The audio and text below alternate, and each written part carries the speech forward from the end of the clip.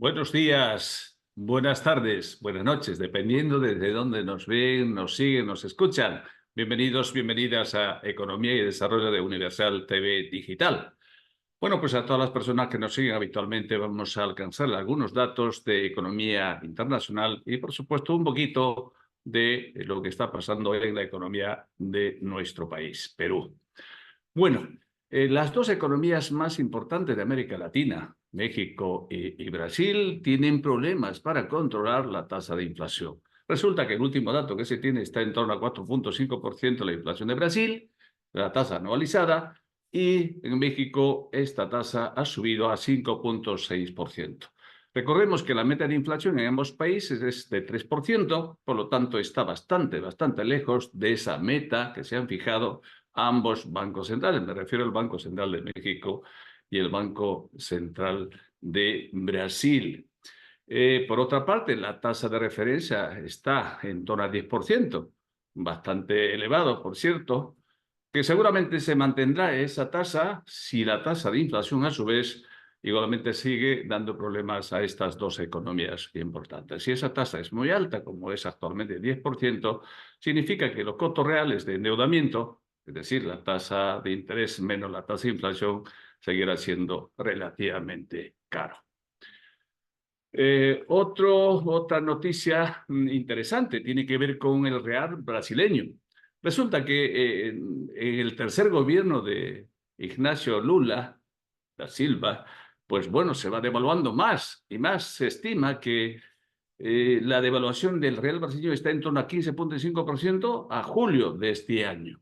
A julio de este año. Y eso sí que preocupa a tanto al Banco Central de Brasil como al propio gobierno. Es el tercer mandato de Ignacio Lula da Silva y que eso puede deberse fundamentalmente a dos factores. Por un lado, se dice que las expectativas de un ajuste de tasa de referencia en los Estados Unidos puede ser una razón de esa devaluación del real brasileño. La segunda, que creo que es la más importante, es que hay una especie de una fricción entre el presidente Lula y el presidente del Banco Central de Brasil. Recordar que el actual presidente viene desde el presidente anterior, del gobierno de Bolsonaro, y pareciera ser que no hay una sintonía como era de esperar, entre ambas personas, entre el presidente Lula y el actual presidente del Banco Central de Brasil. El mandato de este funcionario termina recién a fin de año y ha habido declaraciones de parte del presidente Lula de que la tasa referencial en Brasil era relativamente alto y eso no ayudaba a reactivar la economía de la primera economía más importante de América Latina.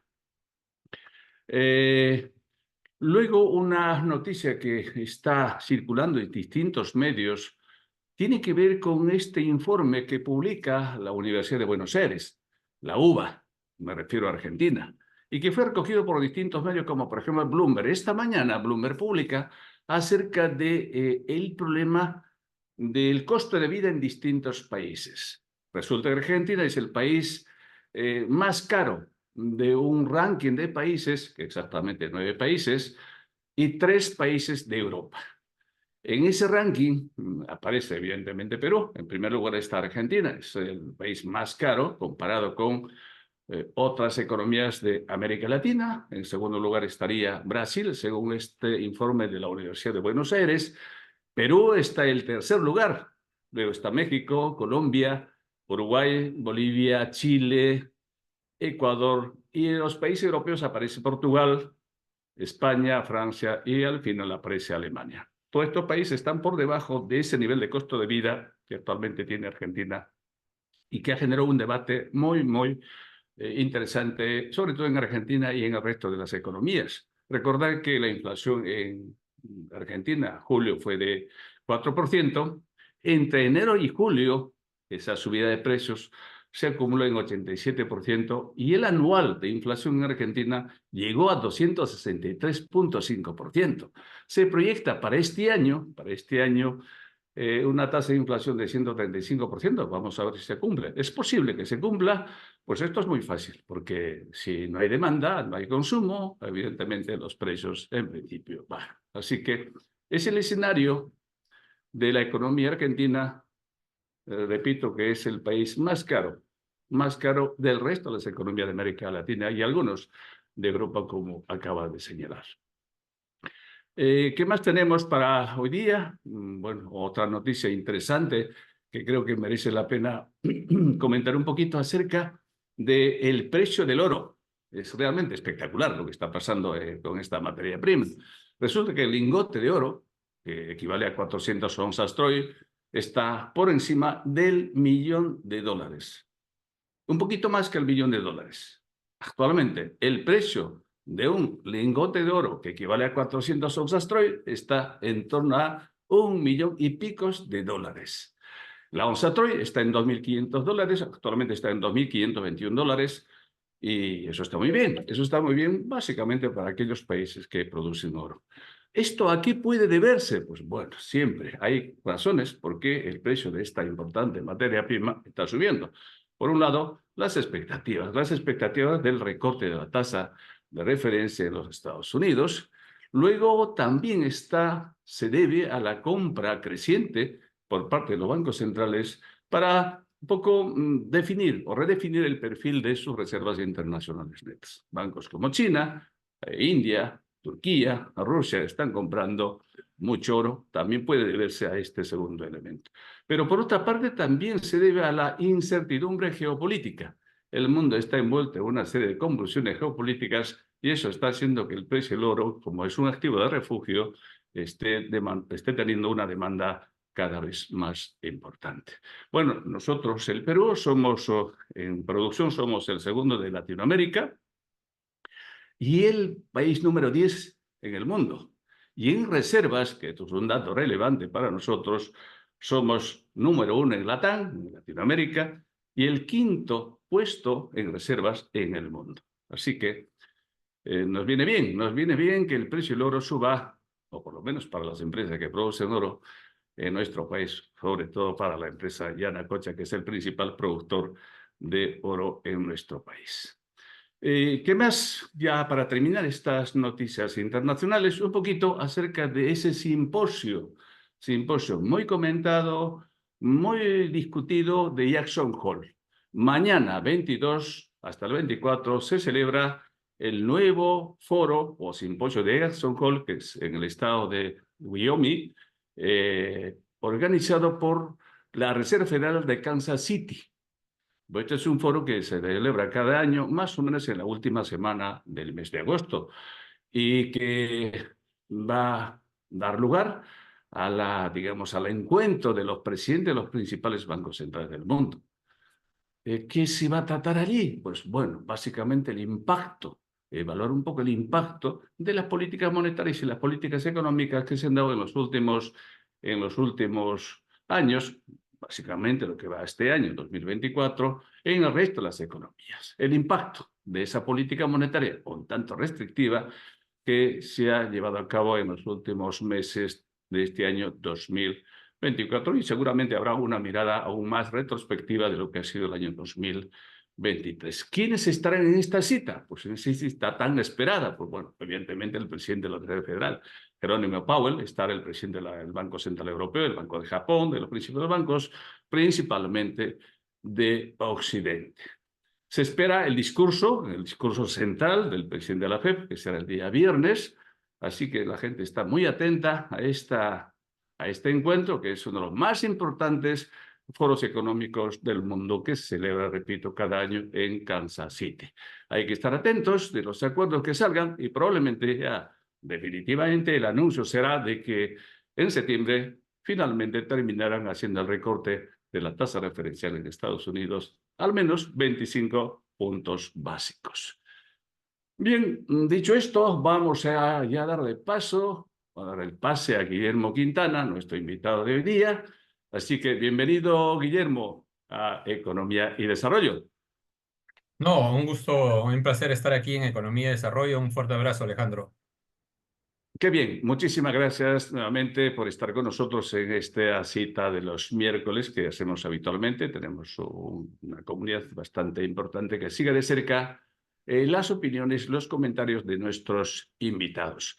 Eh, bueno, si no te importa, Guillermo, ¿podrías en una apretada síntesis contarnos un poquito tu CV o tu historial académico y profesional? Y aparte un poco conversamos. Sí, claro. Bueno, hace 15 años me dedico a promover el modelo de negocio de micro franquicia para las micro y medianas empresas y el modelo de franquicia para medianas y grandes empresas. Venimos trabajando con diversos sectores empresariales, diversos rubros, tanto en Perú como en Latinoamérica. Soy director de Proemprender, que es una incubadora y aceleradora de negocios, y también soy director de Global de Expansión Franquicia, que es la firma justamente que ayuda a crecer y expandir las marcas con franquicia. Hemos lanzado diversos libros. Un libro es El Camino hacia el Progreso, las microsoluciones a la pobreza, que fue auspiciado por la Fundación Añaños. El segundo libro es La pelota está en tu cancha, que recoge los valores de trabajo en equipo del fútbol, fusionándolo con los valores de los negocios.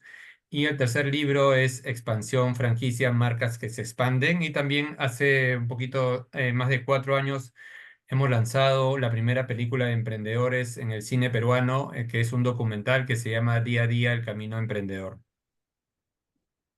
Qué bueno, qué bueno. Vamos a un poquito mirar la economía peruana. Es importante arrancar con esto. ¿Cuál es un poco también, un resumen, tu diagnóstico de nuestra economía? ¿Y cómo lo ves? ¿Cómo está, según tu punto de vista, marchando la economía peruana?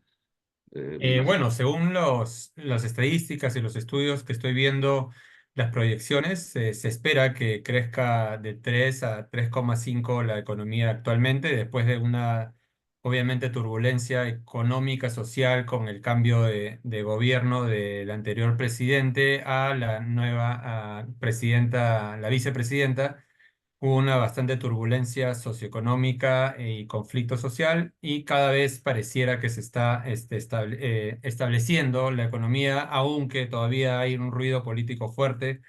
Se viene todo el tema de la inauguración del puerto de Chancay, que creo que va a dinamizar tanto la economía y el movimiento comercial de Asia hacia Sudamérica, siendo el Perú el hub, como en el puerto de Chancay, ¿no? Qué bueno, qué bueno. Oye, vamos a hablar un poco del mundo empresarial. Eh, Tengo algunas cifras, quiero tus comentarios para ver qué opinas. Resulta Claro. que a diciembre del año 2023 se dieron de alta, se crearon empresas nuevas, 68.850 empresas. Y ese mismo año, al cierre de ese mismo año, se dieron de baja 68.300 empresas. ¿A qué crees que sucede esto? ¿A qué crees que haya pasado esto? Prácticamente casi el 100% de lo que se crea se da de baja 100%. ¿Cuál es tu comentario? Y para tratar de responderte de la mejor manera, te estás refiriendo en Perú, ¿verdad? Perú, Perú, claro, claro. Claro, sí, yo diría que una de las razones es que hay una gran tasa de mortalidad, ¿no? El 25% de las empresas que se crean en el mercado están condenadas a quebrar en el segundo o tercer año. No hay unas herramientas de autosostenibilidad de estos negocios. Si bien es cierto, nuestro país es un país de emprendedores, pero así como tú acabas de decir, como día a día se están abriendo empresas, día a día también se están cerrando empresas. Yo creo que es falta de financiamiento, falta de capacitación empresarial, falta de apoyo del Estado en el tema de formalización de los negocios, y también falta de apoyo tributario, ¿no? Porque las microempresas cuando nacen también le ejecutan el 30% del impuesto a la renta, ¿no? Yo creo que debería ser esto escalonado para microempresas que vienen de las zonas rurales, de las zonas de extrema pobreza. No deberían pagar un impuesto tan alto como el 30%, ya que estos emprendedores ya se han pedido un microcrédito para emprender. Creo que debería ir escalonadamente aumentando en el tiempo este impuesto a la renta, que es bastante alto, ¿no? O sea, según tu punto de vista, el problema está en el financiamiento, en la capacitación, en el tema tributario, básicamente. Sí, y en el financiamiento que pueden recibir también muchos emprendedores, ¿no? ¿Y cómo corregir eso? Bueno, como te acabo de mencionar, yo creo que deberían de haber políticas públicas en las cuales el tema tributario no debería ser igual ante todas las empresas. Las empresas que vienen de sectores vulnerables, de las microempresas, de las zonas rurales, no deberían pagar un impuesto a la renta de 30% cuando empiezan a emprender. Quizás esto que sea escalonado, porque como te venía diciendo, un emprendedor de bajos recursos ya se pidió un microcrédito un pequeño préstamo y va a tener que ir pagando mes a mes. Entonces, si encima de que va a pagar este microcrédito mes a mes, le ejecutas un impuesto a la renta de 30%, lo estás ahorcando financieramente y no lo estás ayudando en la primera fase del negocio, que es el valle de la muerte, digamos que tiene que pasar a llegar al punto de equilibrio para que ese negocio sea rentable, ¿no? Claro, lo que pasa es que las empresas no tienen utilidades, por lo tanto no pueden pagar impuestos a la renta. Es decir, no tendría mucho sentido plantear eso. ¿Por qué? Porque casi el 90% de empresas que se dan de baja quiebran porque no tienen utilidades. Entonces, quizás el problema no está más atrás, quizás en el tema del financiamiento, o se También emprende en un el negocio que no se financiamiento. debe. También en el financiamiento, pero el impuesto a la renta, o sea, yo me refería cuando este micronegocio ya llegó al punto de equilibrio y ya tiene ventas, ¿no? Pero obviamente yo creo que nuevamente pienso que no se debe tratar de la manera tributaria a un empresario de una zona rural y de bajos recursos como a un empresario de las ciudades más grandes, ¿no? Y en el tema de financiamiento también, o sea, hay mucho falta de conocimiento para poder obtener créditos tanto de las entidades, las microfinanzas, como de fondos de inversión también que pueden estar interesados en invertir en micronegocios, ¿no? Pero el grueso de las empresas se crean básicamente en las ciudades. O sea, Lima Metropolitana es la gran ciudad, Arequipa es la gran ciudad, Chiclayo es la gran ciudad, donde se crea mayoritariamente estas empresas y que la esperanza de vida de estas empresas no pasan los 2 años, 3 años y el cuarto, quinto año muere, ¿no? Entonces, tampoco creo que podía estar ahí el problema, ¿no? También puede ser el acceso a mercados, ¿no? Y también otra razón y por la cual promovemos mucho el modelo de franquicia es la asociatividad, ¿no? Por eso que muchas empresas quiebran en el tiempo, porque te voy a comparar, ¿no? Una microempresa que sale al mercado a emprender de forma solitaria tiene una tasa de mortalidad de 25%, pero si sales a emprender de forma asociativa con el modelo de microfranquicia, solamente tienes una tasa de mortalidad del 3 al 5%. Entonces, quiere decir que hay herramientas que ayudan que este negocio sea más sostenible en el tiempo y puedan evitar que quiebren más rápidamente, ¿no? Podría estar por ahí, pero un tema que me parece importante, no sé qué piensas tú. El coste del financiamiento de una empresa es extremadamente alto, ¿no? En el Perú. Claro, Y las tasas esto son hace bastante que... altas, inclusive también estamos promoviendo un autofinanciamiento, ¿no? Que ellos mismos generen sus propios bancos comunales, asociaciones en las cuales aporten tanta cantidad de dinero mensual y como son un grupo de emprendedores que se dedican a un mismo rubro, pueden autofinanciarse, ¿no? Y no esperar que una caja le pueda brindar un microcrédito, ¿no? Sí, pues, pero desgraciadamente un país donde la mitad de peruanos están en situación de desempleo, subempleo, pobreza, capital para juntar, pues casi nada, ¿no? Bueno, lo hacen muchos microempresarios, taxistas, bodegueros, hacen este autofinanciamiento, ¿no? Como bancos comunales, ¿no? Ya. Bueno, yo pregunto y quiero escuchar tu opinión. Como estás en el mundo de emprendimiento, me imagino lo conoces muy bien. El costo de creación de una empresa es muy elevado en el Perú. El Sí, costo de claro, formalizar una el empresa. costo burocrático, ¿te refieres? Todo lo que implica poner en marcha un negocio legalmente. ¿Qué opinas tú? ¿Cómo nosotros podríamos abaratar la creación de Hay, una empresa, digamos, legalmente? O sea, formalizar una empresa informal, por decir.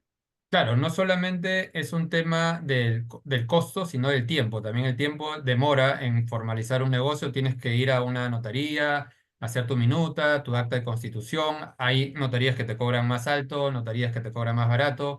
Hay algún apoyo del Estado por parte del Ministerio de Producción con un programa que se llama Mi Empresa, que te ayuda a poder contactarte con notarías que te cobran un precio justo, ¿no? Y el tiempo de formalizar estas empresas también demora mucho, ¿no? En Estados Unidos, en otros continentes, en 2 o 3 días ya tienes constituida tu empresa, ¿no? Acá en Perú demora más o menos de 1 mes a 3 meses constituir una empresa, ¿no? Ujú.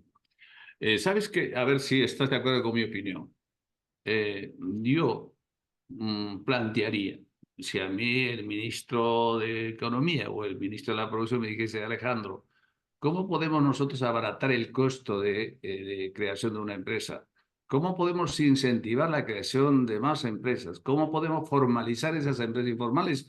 Yo le diría primero, costo cero, costo cero de creación de una empresa. Segundo, impuesto a la renta, por lo menos durante 5 años no se paga. Ujú. Exenta de impuesto a la renta. ¿Cuál sería la condición de esto? Pues con que me crees empleo, con que generes empleo, ya es suficiente. Y generes empleo para los discapacitados y para las mujeres. Experiencias exitosas en otros países. Esa podría funcionar y que existiese en nuestro país, pues una especie de un banco de las micros y pequeñas empresas que financiasen ese emprendimiento inicial que tiene costos, ¿no? No sé, ¿qué te parece esta idea? No, no, me parece excelente. Algo parecido pasó en el gobierno mexicano.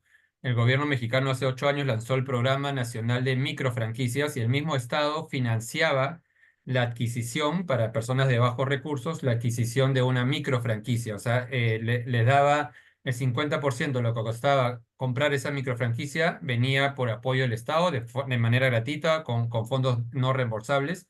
Y me parece interesante lo que dices, ¿no? Que debería costar costo cero, sin embargo, siempre hay un costo administrativo que es la notaría, ¿no? Pero si el Estado puede subvencionar esa parte, pues sería genial.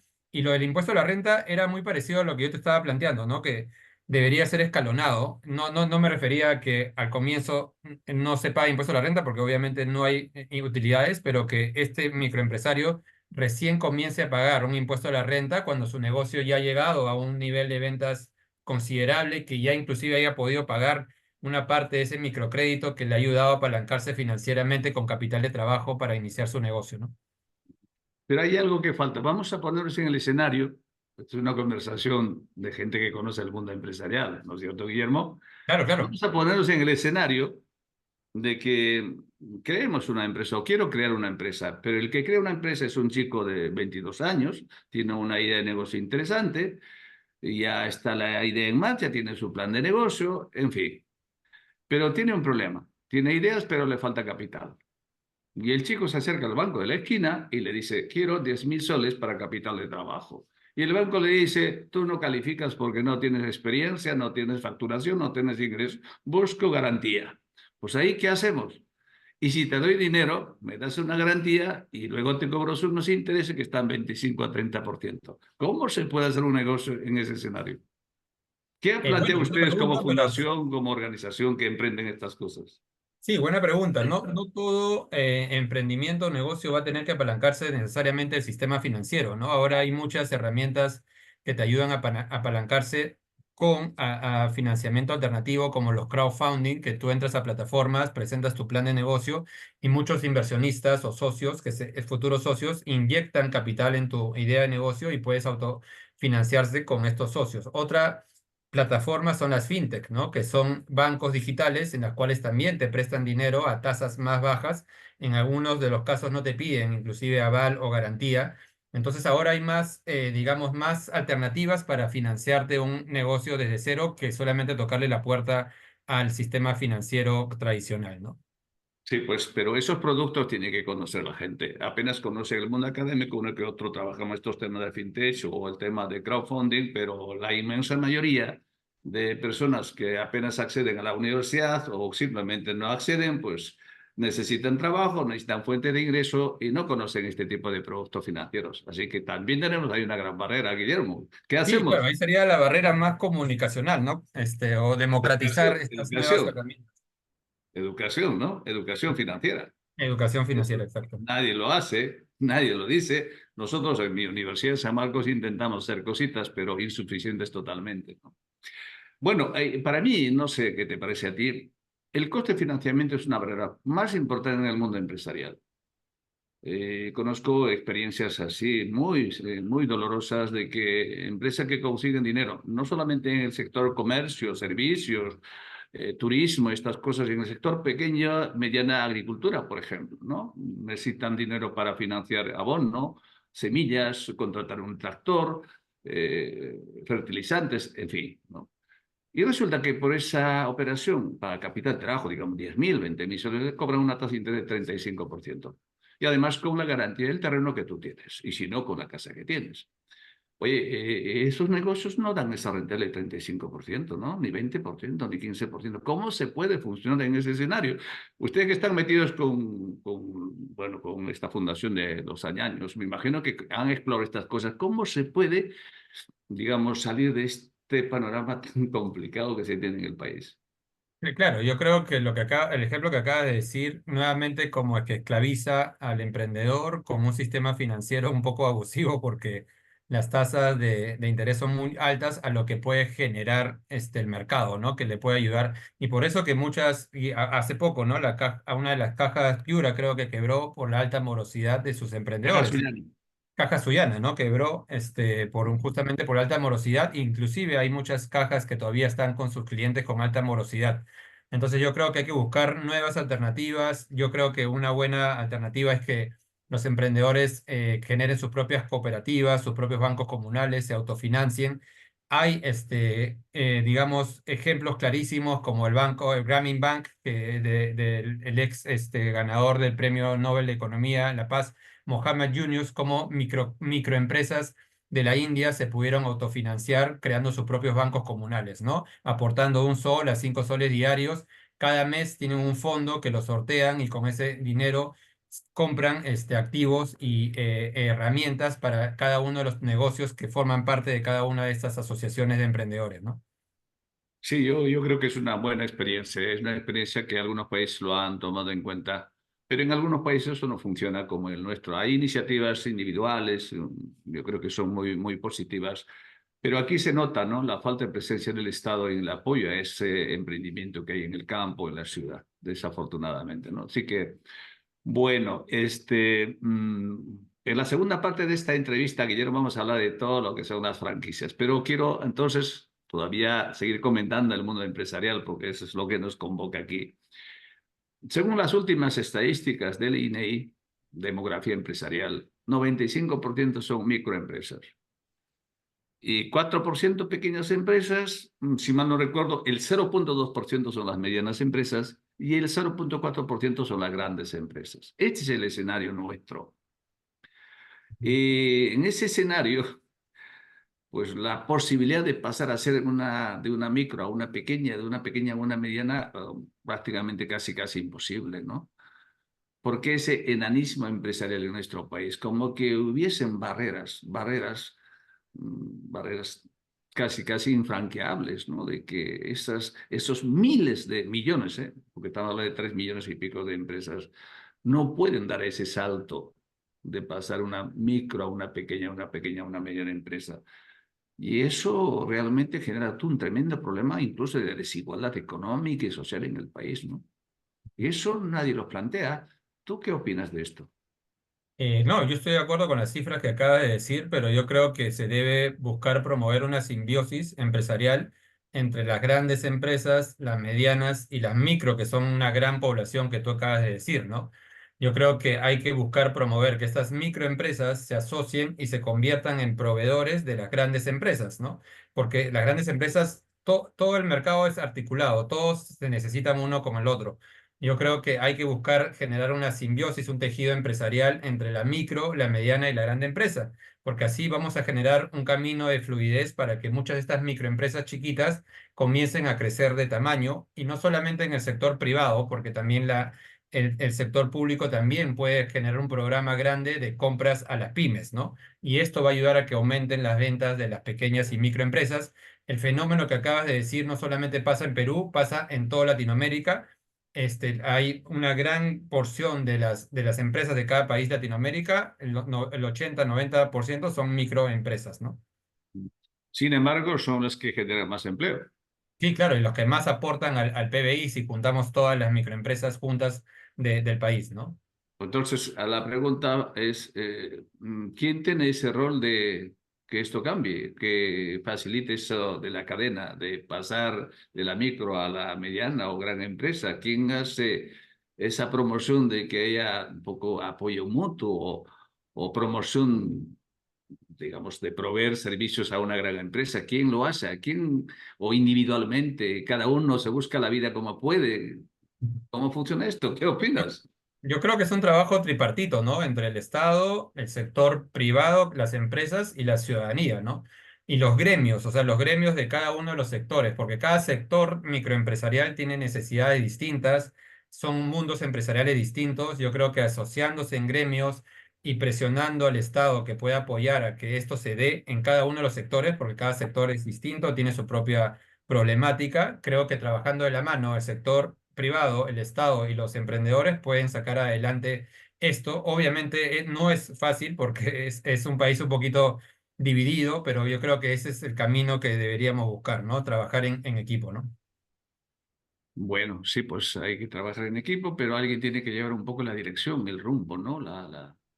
La voz cantante de hacia dónde debe ir el país y Da- cómo logramos Desde el la. Estado pienso que debería ser el Ministerio de Producción el abanderado en llevar que esto se lleve a cabo con el Ministerio de Inclusión Social, ¿no? Podría ser y debiera hacerlo, pero con los que tenemos ahora creo que está bastante complicado que eso se consiga. Así que, Guillermo, hacemos una pequeña pausa de unos segundos para nuestra publicidad y regresamos. Si no te importa, volvemos con Encantado. el mismo enlace. Gracias.